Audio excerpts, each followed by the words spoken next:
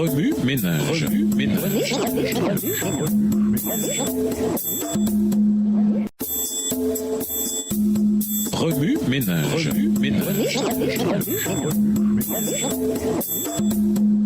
Bienvenue dans votre émission Remue ménage. Voilà la leçon de mardi. La gestion chrétienne, vivre à la manière de Dieu.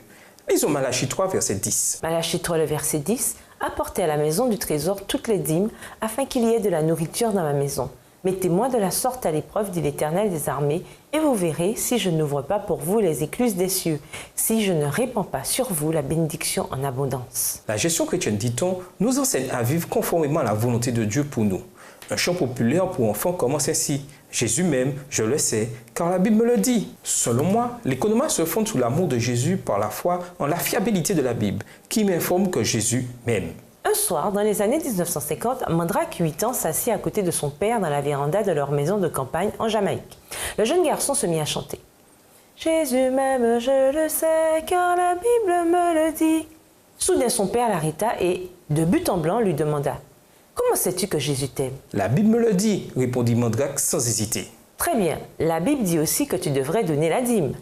Aimerais-tu commencer à le faire ?» Mais je n'ai pas beaucoup d'argent à mettre dans l'enveloppe, répliqua Mandrake. La Bible ne dit pas de mettre toujours beaucoup d'argent dans l'enveloppe. Elle dit simplement de payer 10% de ce que tu as.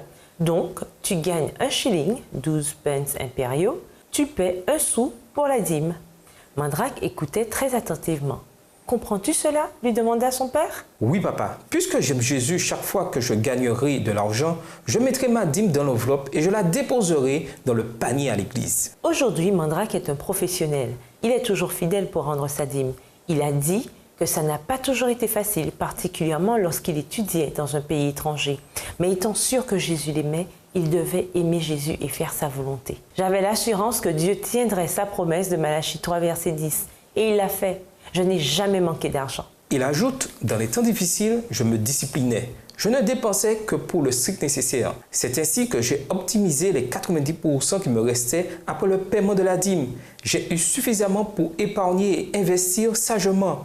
Dieu a certainement déversé ses bénédictions sur moi pour que je puisse être généreux envers les autres en actes et en bonté. Mandrake n'avait que 8 ans lorsqu'il a appris que la relation entre l'amour de Dieu et la foi en la Bible exercerait une influence positive alors qu'il vivait pour Dieu.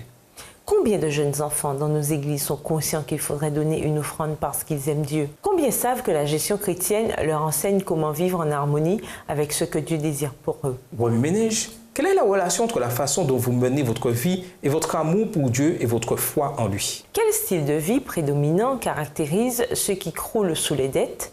Ces styles de vie s'harmonisent-ils avec le plan de Dieu pour eux?